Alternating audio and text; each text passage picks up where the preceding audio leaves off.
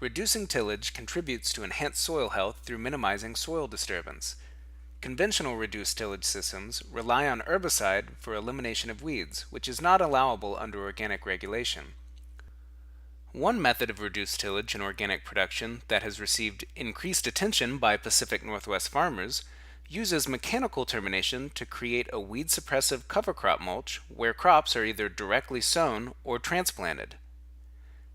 This mulch layer helps retain soil moisture and suppresses weeds throughout the growing season. This video is intended to introduce organic producers to the use of cover crop residues for organic reduced tillage crop establishment. This cover crop-based mulch system is dependent on vigorous fall-planted cover crop stands. Seeding the fall cover crop between late August and mid-September in western Washington will provide the early growth needed for sufficient biomass levels in the spring, resulting in dense and suppressive mulch layers.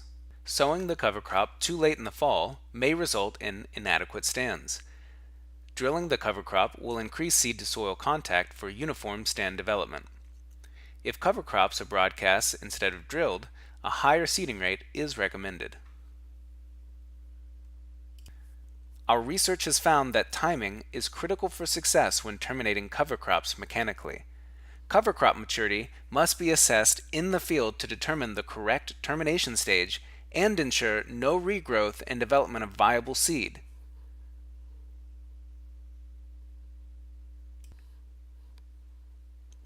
Fall-planted cover crops need to reach a reproductive maturity stage in order to limit regrowth after termination. Mechanically terminating rye or vetch during vegetative stages leads to unsuccessful termination and regrowth of the cover crop. When cover crops have reached reproductive maturity, it's critical to terminate as waiting beyond this point could cause volunteer rye or vetch in future growing seasons. When flail mowing, vetch can be terminated as early as first bloom or as late as initial pod set with minimal regrowth and no seed formation. Rolled rye needs to have reached late pollen shed to limit regrowth but no later due to the possibility of seed formation. Flailed rye in western Washington has been successfully terminated up to early milk and as early as swollen boot stage with minimal rye regrowth. One method of termination is roller crimping, which crushes and lays residue horizontally. These implements are often front-mounted in combination with rear-mounted strip tillers or planters for increased efficiency. Our research trials have demonstrated that rolling up pollination does not consistently prevent viable cereal rye seed formation.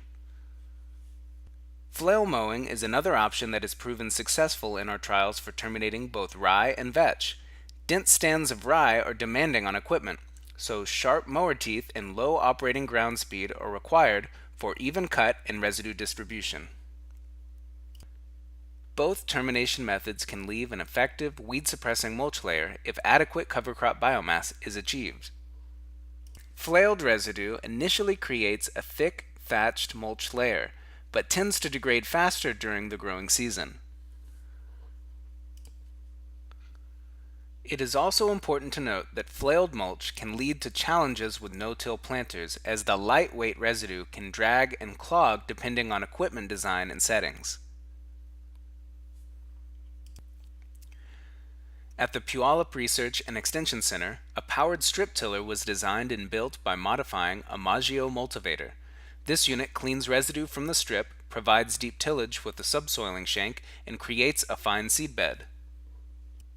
Equipment flexibility is important if multiple cover crops are used. High carbon rye residue can be removed from the strip through the addition of a coulter and cleaning wheels to limit nitrogen tie-up. Vetch, having a lower carbon to nitrogen ratio, is often incorporated into the strip to provide slow-release nitrogen for the cash crop during the growing season. Crops can be no-till transplanted into undisturbed residue if maximum soil moisture retention is needed, or transplanting can occur after strips have been built if early season soil warmth is needed. This transplanter uses a leading coulter to keep residue from collecting or clogging, and can be used in both no-till and strip-till systems. Weed pressure can still be problematic in these reduced tillage systems, as fall tillage is often used prior to cover crop planting, replenishing the next season's weed seed bank.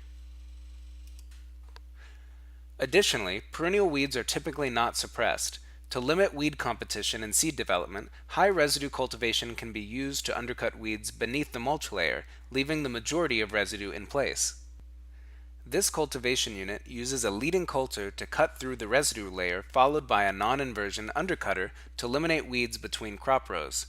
Mid-season cultivation may require narrow sweeps to limit crop root disturbance.